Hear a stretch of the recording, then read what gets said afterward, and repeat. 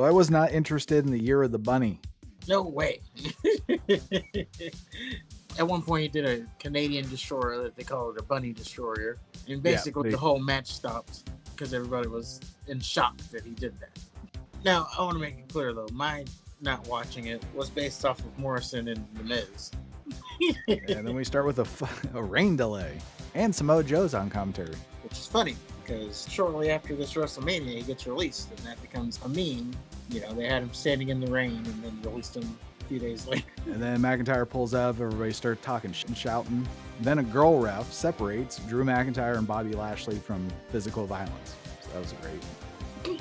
I know you love that. So 35 minutes into the show, they trot out Titus O'Neil and Hulk Hogan. Now, I love me some Hulk Hogan, and I like Titus O'Neil, but 35 minutes into this pay-per-view, I don't want to see either one of them. Especially when they just did the hype video. They had to get more hype. The whole asked Shane if he should pick on someone his own size, and Shane says he's just having too much fun. And then Bobby Lashley and MVP. Wait a minute. Yep. Strowman's bigger than him.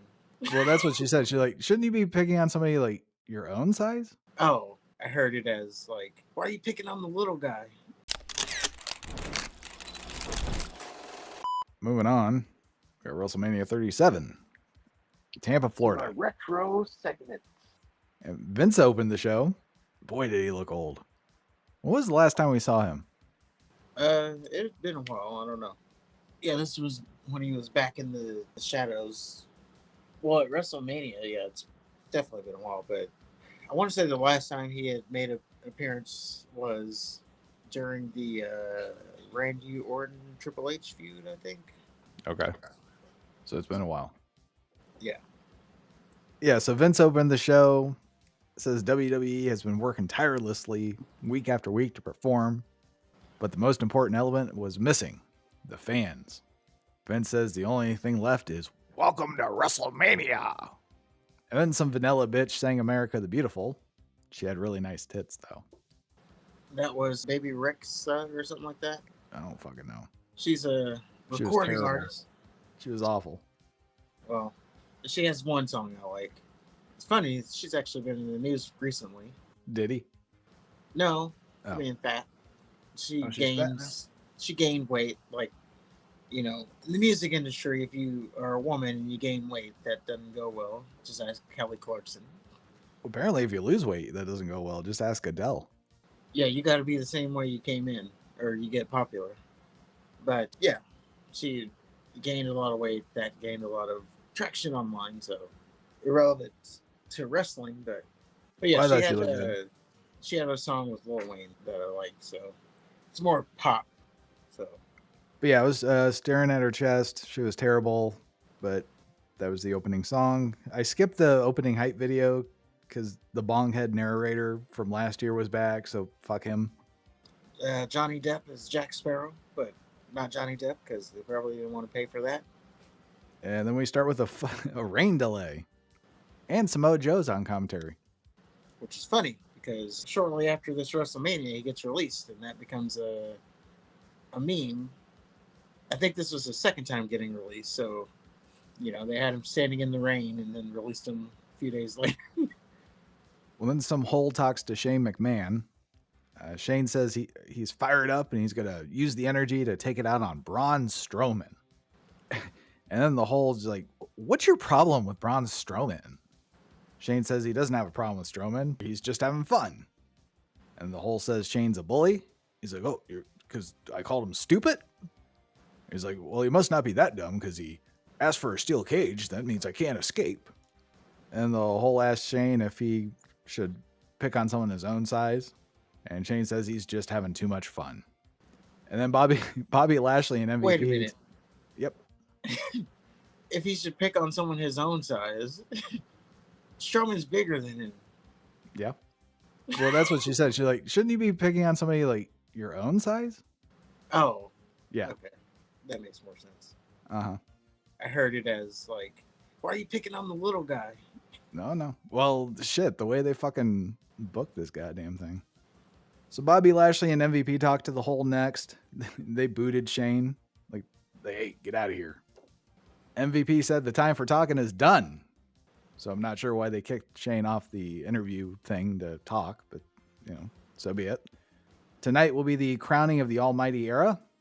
There's no language that can convey what's going through Lashley's mind right now. The only language that Drew McIntyre can understand is violence. MVP says the title makes you different. McIntyre will tell you that because he's held it, and that's why he wants it back. But that's not going to happen. And he says he told McIntyre it's all over at WrestleMania. McIntyre will lose his dignity, then his consciousness, then the match. And then McIntyre pulls up, everybody starts talking shit and shouting. And then a girl ref separates Drew McIntyre and Bobby Lashley from physical violence. So that was great. I know you love that. Yeah, good thing the stupid talking is over because that's all they did. And now McIntyre gets to talk to the whole. And he's excited that the fans are there. He wants to fight Lashley in the back if he has to. Yay. Then they kicked it to Paul Rosenberg, another hole, and JBL, who said nothing. And then Kevin Patrick, remember him? Yes, in his stupid accent. Austin Theory. Well, he interviews New Day, and he wants to know why the New Day are wrestling Styles and Omos.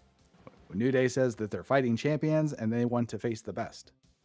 And Xavier Woods doesn't care how big Omos is or how phenomenal AJ is. The New Day are the best. And then Big E popped up to overact and pretend to be a minister or something. I did like how he slid up from behind, though, with his eyes. Then Braun Strowman talked to the first hole. He says he's fighting Shane for all the people who have ever been bullied. Strowman wants to beat Shane within an inch of his life. Hole said Shane made a mistake picking a fight with Strowman. Strowman says, yep, Shane's a bully. Okay. Well, then they go back to Rosenberg, JBL, and the second hole again. And again, they collectively added no value. And then Kevin Patrick talked to Kevin Owens. Owens is facing Sami Zayn. Says he's known Sami a long time, and they've fought more times than Owens can count. And no two guys were looked down on more than they were. But tomorrow, Owens and Zayn are facing each other in the biggest wrestling stage of them all. So he's going to stun some sense into Sami and kick Logan Paul's ass if he has a problem with that. And then Samoa Joe and Dumbfuck Cole stood in the rain. Byron Saxton's microphone is fucked, so he wasn't there. I question that. So we're 5 fucking minutes away from the goddamn show starting, and they start talking about the girls' match that's on last, and we get a Belair interview with the first hole again. She say anything? I didn't watch any of the rain delay. Gotcha. So I am it the first time, so I'm a sadist apparently. So Kevin Patrick talked to Seth Rollins. Rollins called him Mike, and he's also miffed that Cesaro is brought up, and he says doesn't matter how many times Cesaro swung Rollins vows to win. And then the first hole interviewed Miz and Morrison. They're facing Bad Bunny and Damian Priest, and that's all I needed to hear. Also, Morrison looked like a retard with his hair. And then we went to Rosenberg, JBL, and hole number 2 again. Again, they didn't add anything. And finally, we get a Bobby Lashley, Drew McIntyre hype video. And we can all sigh in relief that all that bullshit's over. I almost wish it would have just aired a black screen. When it was live, we didn't know what was really happening, I would say. We didn't know how long it was going to be. Yeah, that's true. So it's the Almighty Era. Lashley is champion, and he is kicking everyone's ass. McIntyre has a chat with Lashley. Says he and Lashley have had similar paths. McIntyre beat Brock Lesnar in less than 10 minutes to win his title. Lashley had to use Miz's Money in the Bank contract to screw McIntyre like a hoe. And McIntyre says he's reclaiming his title and ending the Almighty Era. Calls Lashley a big bald bitch. And he claymores the champ. Then Lashley tries to have someone from the roster take McIntyre out before WrestleMania. I guess McIntyre just beat up the entire roster? All the jobbers, yeah. Okay. And Lashley came out. McIntyre says Lashley's only proved that he's afraid of the Scotsman. Then Lashley and McIntyre fight. McIntyre gets the best of Lashley, and Baron Corbin attacked McIntyre so Lashley could pick the bones. I was sold. So 35 minutes into the show, they trot out Titus O'Neil and Hulk Hogan. Now, I love me some Hulk Hogan, and I like Titus O'Neil, but 35 minutes into this fucking pay-per-view, I don't want to see either one of them. Especially when they just did the hype video. They had to give more hype. So they kicked off the first match. Hogan seemed genuinely shocked to learn that WrestleMania was 2 nights. And yeah, that's all I have. Finally, we get some wrestling. Drew McIntyre versus Bobby Lashley for the WWE Championship. So, of course, they had to start off by saying who's the strongest. McIntyre did his belly-to-belly suplexes. He did up yours to Lashley, and Lashley got pissed off at him. They start trading punches, spills out to the floor. Lashley throws McIntyre into the barricade twice. He beats the piss out of McIntyre. And McIntyre tries to fight back and get Lashley in an armbar, but Lashley just beats the shit out of him until he lets go. It was great. And then McIntyre catches Lashley with another belly-to-belly and a neck breaker. He does the kip up, goes for a future shock. It's blocked. Lashley hits what looks like a big ending for 2. Then McIntyre hits a Glasgow kiss. Lashley choke slams him. He shook off the fucking headbutt and just, And Lashley goes for a hurt lock. McIntyre fights out of that. Hits a reverse Alabama slam. He goes for a superplex just so he can do his core strength bullshit. He goes for a Claymore. Lashley catches him with another choke slam, which that was even better than the first one. Lashley was a fucking beast. And then McIntyre kips up. They trade some more punches. He hits 3 consecutive future shock DDTs. Eat your heart out, Cody Rhodes. And Lashley kicked out. There was a big NXT face for that, which, to be fair, I thought that was the end of it. McIntyre goes for the Claymore. Lashley rolls out of the ring, and McIntyre hits Lashley and MVP with a suicide dive. And then McIntyre goes for the top rope again. Lashley almost gets him in the hurt lock, and Lashley goes for a spear. McIntyre reversed it into a Kimura, because I guess McIntyre is a submission badass now. They trade punches again. McIntyre tries another Claymore, but MVP, I guess he shouted at Lashley as a heads up, and then McIntyre just got distracted by that or something, and he ended up missing the Claymore, and Lashley won with the hurt lock. It's good shit. It was. I did enjoy that match. And I like that this was back when, well, I guess he kind of still uses it, the hurt lock. You're done once it's in. Yeah, when they do that full Nelson, they protect the shit out of it. Yeah. And they always do it with the right person, too. Like, well, you Chris have to. Masters, Bobby Lashley, someone believable. Yeah, you can't have, like, Tozawa have the fucking hurt lock. Yeah. Yeah, this was just big man on big man. I love the brutality of Lashley. He's always been kind of boring to me. Mm-hmm. So it's nice to see him, I don't know, just the snarling. I genuinely believe that he wanted to hurt McIntyre. Yeah, when they paired him with MVP, it seemed to, like, really unlock the potential of what Lashley could be. Yeah, well, he had signs of it in TNA, but they basically just made him Brock Lesnar 2.0. He was the MMA guy in the wrestling world. I mean, really, that's what he is. Well, yeah, absolutely. Especially, he did go to, I don't know if he made it to the big leagues, but he was definitely in, no, he wasn't. He was in that secondary promotion. I forgot the name of it. For MMA. Was it Bellator? Yeah, that one. He actually went MMA route, so... Yeah, well, and that's why no one talks shit about basically being Brock Lesnar in TNA.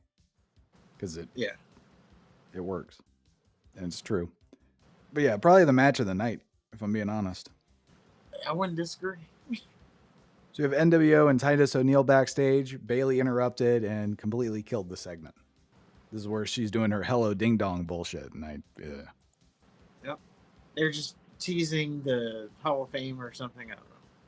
She tried to get them to do the Wolfpack kiss thing. No one would do it. This is a commercial segment, essentially. You would think with the rain delay you would have cut this stuff out, but nope, still got to get it in there. Of course. We had the girls' tag team turmoil bullshit. Naomi and Lana were a team. That was interesting. Especially Lana with her fucking glow shit. Yeah, and they had just become a team. So we had Naomi and Lana versus Billy Kay and Carmella, also a makeshift tag team to get them on the card. Carmella and Billy Kay won that. Next up was the Riot Squad, which is reprised this time of Liv Morgan and Ruby Riot. And the Riot Squad won. They move on to Mandy Rose and Dana Brooke. I forgot their. It doesn't matter. Riot Squad won that.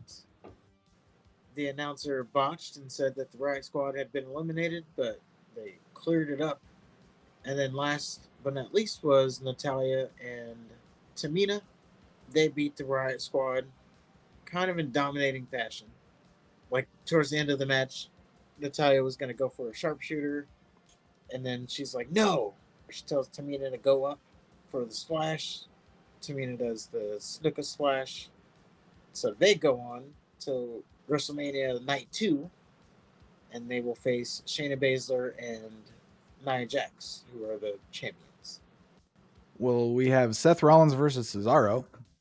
Before that, Rollins had a campaign ad, and it's Cesaro has never been in a singles match at WrestleMania before, and he obviously hasn't won the Universal Championship. Despite being a 10-year veteran, Cesaro is a terrible example for our nation's youth. Rollins, on the other hand, is a 2-time Universal Champion. He's won the Royal Rumble and has had some of the most iconic moments in WrestleMania history. Seth Rollins is who we should all aspire to be. And Rollins says, embrace the vision. And then they do that, this is paid for by blah, blah, blah, blah. Yep. Rollins' new little gimmick. Also, Cesaro swung Rollins 22 times on SmackDown or Raw or one of the two. Well, the match starts with a European uppercut and a giant swing attempt. Cesaro goes for a gut wrench suplex from the top rope. And Rollins countered with a buckle bomb. And then Cesaro delivers a barrage of European uppercuts to Rollins in the corner. Rollins counters the swing 4 times. And on the 4th counter, Rollins goes for the curb stomp. Cesaro counters the curb stomp and then swings Rollins 9 times. Cesaro stopped at 9 rotations because Rollins worked on his arm and he had to stop, which was a nice little touch. Also, Dumbfuck counted like a fucking drone. Like 1, 2, 3. Shut up, Cole. Just fucking watch the match. So Cesaro goes for a neutralizer, and he probably would have hit it if he didn't stop to do his little neck crank thing. And then Rollins hits a high knee, a sling blade, and a corkscrew splash. The splash was cool, but commentary, I think, overhyped it a little bit. Rollins goes for a ripcord. Cesaro countered it with a neutralizer, and he goes for another one because, of course, Rollins kicked out of the first one.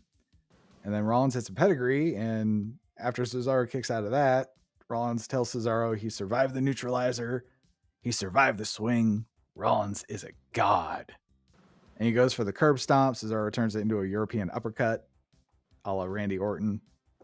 And then Cesaro fucking swings Rollins on his shoulders and then does the swing 23 times, hits the neutralizer 1, 2, 3. And fuck that swing bullshit. Well, it was WrestleMania. You got to break the record. I don't know, man. Just that. He was like a circus performer. Oh, I like that the move was about as old school as you can get. Yeah, but you're not going to pin anybody with it. No, he turns it into the sharpshooter sometimes. Now he really does it into the sharpshooter. Oh, does he? Yeah, he swings and then sharpshooters. That makes sense. And he has a great looking sharpshooter, by the way. Oh, yeah. Probably one of the better people to do it. Well, unfortunately, that's not a high bar. I know, but no one seems to be able to do a proper sharpshooter. I did think it was pretty amazing how happy Cesaro was that he won a singles match at WrestleMania. Well, this was his moment. I know. It was just during his. That's what I'm saying. It was pretty amazing. Like, he just won a singles match. That's it. Like, you would have thought he won the world. Oh, yeah. This was during his push that, didn't go too well. I don't know. He seemed to get pushed and then they stop. He was awesome, though. Or I'm sure he still is awesome. Yeah, he's not dead, but he's dead to us because we don't want AEW. So they recap the Andre the Giant Battle Royal thing. Jey Uso won, and he's probably the only person to find success after winning the stupid match. Yeah, he's the most successful Andre the Memorial Battle Royal, and he he would go on to become a submission specialist after this and tap out Gunther. Yes. Dolph Ziggler and Robert Roode are interviewed. Roode and Ziggler won the SmackDown tag titles on WrestleMania SmackDown. A Hole asked them to predict the Raw tag title match, which is New Day versus Omos and Styles. Ziggler says New Day are great, but rainbows and unicorns can only get you so far. Omos looks good standing next to Styles. He'll look even better draped in gold. And then Ziggler does the "Tell him, Rude" that warmed the cockles of my heart. And Rude just says you don't bet against AJ Styles, which I'm glad we have more interviews to look forward to after 30 minutes of, interviews prior to WrestleMania. Yeah. So we had New Day versus Omos for the Raw tag titles. New Day have the stupidest hair. They looked ridiculous. Omos made the odd choice to wear a trench coat to the ring. He looked just as ridiculous as New Day's hair. And then AJ wanted Omos to start the match. New Day called AJ a coward, and Omos is like, "What? What are you?" So AJ and Kofi wrestled. Then Woods played on his trombone while Kofi talked shit to Omos and twerked. Woods and Kofi double teamed AJ and taunted Omos. Omos finally got tagged in. He fucks up Woods, calls him a bitch. Kofi gets it too. Omos just fucks up New Day, does like a claw backbreaker combo to Woods, I think. And then Styles hits Woods with a phenomenal forearm off of Omos's shoulders. Omos does a pop-up two-handed choke slam. Styles tells Omos to pin Kofi with 1 foot, and he does. 1, 2, 3. And this Omos was awesome. What the fuck happened to him? I don't know. I guess when he went on as a single, that's what happened to him. Well, wasn't he with MVP? Yeah, I mean as like a singles wrestler. I see. But even then, I don't know. I guess Vince being let go is what happened to him because he had that WrestleMania match with Brock Lesnar, so Vince was using him, as the spectacle because Vince loves his spectacle guys. Right. Great Khali, Andre the Giant, the list goes on. Is he still signed? Omos, yes. Okay. Well, AJ celebrated on Omos's shoulders after the match with the titles. So good for them. Yep. And then we had a Braun Strowman, Shane McMahon hype video. Strowman's in the ring. He wants to know what Shane's problem is. Shane comes out and he says Strowman's stupid. Shane keeps calling Strowman stupid. Sets up a hopscotch thing ringside so Strowman can count easier. And then Strowman just hauls up and beats Shane's ass. But this is Shane McMahon. So after being hurled into a barricade and 300 kicked by Strowman, Shane takes it to the big guy with a monitor, and then he puts Braun Strowman through the announce desk. Then Shane dumps a bucket of goo on Strowman, and he says, "You can't handle me, Braun." "You can't handle me, Braun." So they set up a match for Fastlane. Shane, of course, is involved in an intense MMA camp. And then some of Shane's weakness leaves his body as his knee goes out. So then he's in crutches. He's in the ring. I guess he's friends with Elias or something. So he's telling him like he would have kicked Strowman's ass, but I'll just have to wrestle him when my leg's healed. Strowman comes out, says he doesn't give a fuck if Shane's hurt or not. He's going to come out and bring the pain. Shane ends up trying to take Strowman out with his crutch, and it has no effect. And Shane runs away, showing that he was never hurt in the first place. Strowman demands a match at WrestleMania. And Shane says, "Any match you want." And Strowman says, "Shane's going to get these hands in a steel cage match." Shane says he's going to defeat Strowman because he's a McMahon. He says Strowman will wake up the next morning and say, "Boy, I'm stupid." Of course. I just love that. "You couldn't handle me, Braun." This is definitely one of the weirder builds, though. Just a bit. It kind of, just started out of nowhere. Shane McMahon bullying Braun Strowman. "You're stupid." Yeah, the Braun. So we have Shane McMahon versus Braun Strowman in steel cage match. Lawler came out on commentary, so that was cool. He was immediately on Shane's side. So Shane kept the steel cage door shut on Strowman when he came out. And Elias and some other guy came out and pummeled Strowman with chairs. And Elias tossed the chair to Shane in the cage as Strowman was crawling in. Then Shane proceeds to beat the shit out of Strowman with the chair. The other guy was Jackson Riker, formerly known in TNA as Gunner. Oh, okay. Charlotte's ex. Charlotte's ex? That was Charlotte's ex? I believe so. Jeez. So, quite the jump from him to Andrade. Maybe she doesn't have that kind of a restriction. I guess not. Well, Shane tries to leave through the cage door. Strowman stops him. And then Shane loses the chair in the process. So he tries to just climb out. And Strowman pulls Shane back down. He goes, I told you you're going to get these hands. But Strowman done fucked up. Because Shane does body combos. And he does leg kicks. And he starts stomping Strowman in the corner. Followed by more Shane McMahon soup bones. And then Strowman fights Shane off. Shane goes to climb out of the cage. Strowman stops Shane, but McMahon's able to get a piece of sheet metal from the top of the cage. Shane beats on Strowman with the sheet metal. He tries to escape. Strowman stops Shane, fucks him up. He goes for a running power slam, but his knee gives out from those, intense Shane McMahon leg kicks from earlier. Shane hits a DDT, a coast to coast. He tries to climb out again. Elias and the other guy are climbing up on the other side of the cage. And Strowman rams the cage, knocking off Shane's stooges. And then Shane's left inside. And Shane tries to climb out on the other side. Strowman climbs the top of the cage to stop him. And then Shane clunks Strowman with a toolbox he found in one of the bags that are hanging. Which I wonder if there was anything in the other bags. So Strowman's out. Shane climbs over the top of the cage, and then he stops. He puts his hand through the cage to wave goodbye to Strowman. Of course, Strowman grabs Shane, rips the cage open, and then throws Shane back in the ring. He throws Shane off the top of the cage, like he sets him on it and climbs on top and throw him off. And then Strowman does a stupid speech, like, this is for all of everybody that's been bullied.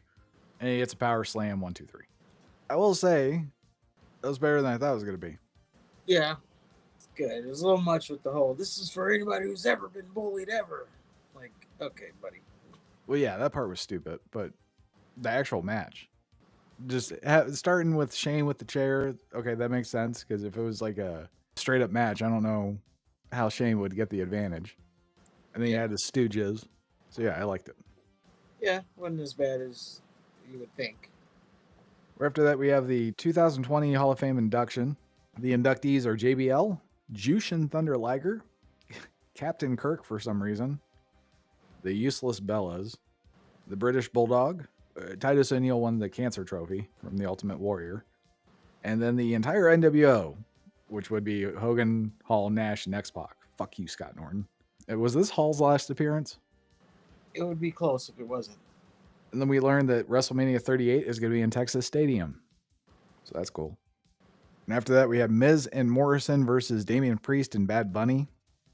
So a bunch of dudes in bunny suits come out and fill up the ring. And then Miz and Morrison come out lip syncing one of Bad Bunny's songs or performing, I think. I don't know. What the fuck were they doing? So during this whole build to the match, they made a music video. This is their song and music video that they were doing. I see. I'm sure it was on purpose, but it was just as cringy as you would think. Okay. Well, I was not interested in the Year of the Bunny. So Damian Priest and Bunny won somehow. I didn't watch it. Okay, cool. No way. Bad Bunny, at one point he did a Canadian destroyer that they call it a bunny destroyer. And basically the whole match stopped because everybody was in shock that he did that. I just remember that from the first go round. I just know in the vignette, all they talked about was he was a recording artist. And they had him do serious faces. He wasn't doing anything physical. He didn't have like a presence that was like, oh man, this guy might be serious. Yeah. Now, I want to make it clear though, my not watching it was based off of Morrison and The Miz. Get it straight here. Fair enough. Especially when they came out with the stupid bunnies and that song that, yeah, I was like, okay. Well, I thought they were singing one of Bunny songs for some No, it's reason. theirs. Okay. Well, then we had a girls' match to end the show. It's the last match of night one. And Belair won somehow. She won with a KOD. This was noted to be the first time two African American women main evented WrestleMania night one.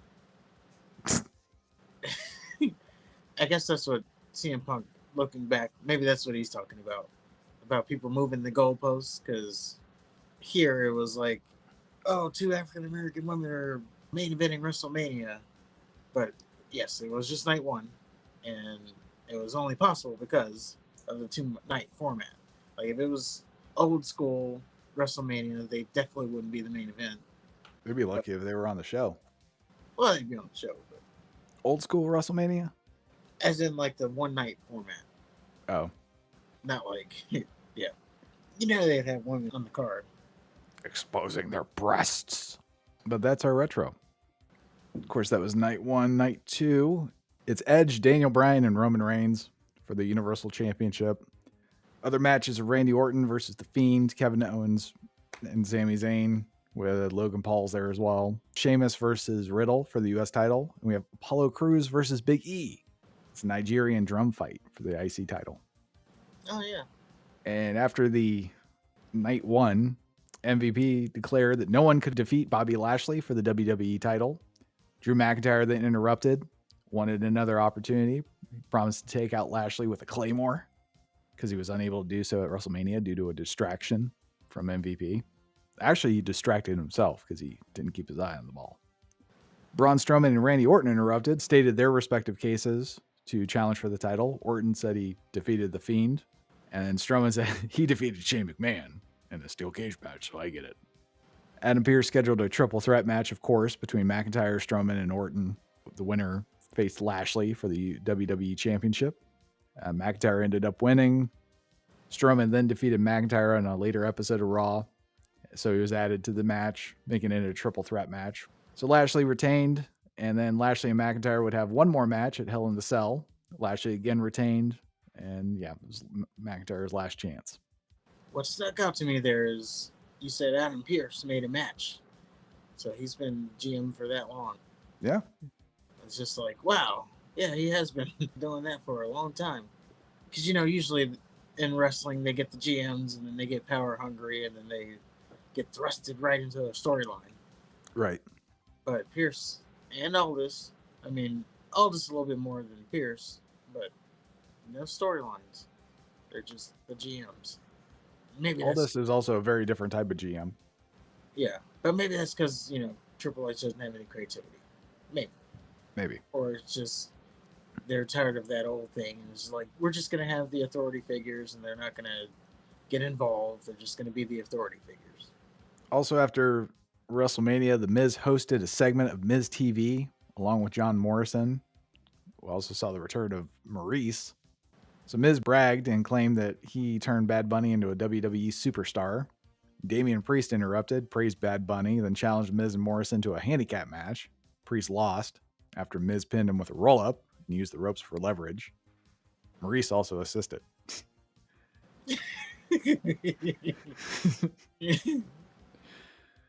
This ultimately led to a match between Priest and Miz at Backlash.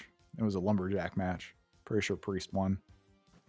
After taking a vacation to celebrate their win, AJ Styles and Omos made their first post-WrestleMania appearance on the May 3rd episode of Raw. New Day received a championship rematch that night, and Styles and Omos retained. And then Cesaro faced and defeated Seth Rollins in a rematch. He earned a Universal Championship match against Roman Reigns at Backlash. Cesaro was unsuccessful and was attacked by Rollins after the match. They had another rematch at Hell in the Cell, and Rollins won. And then the two had one more match at SmackDown. Rollins again defeated Cesaro, and this was also a qualifying match for the men's Money in the Bank ladder match. And that is WrestleMania 37 Night 1.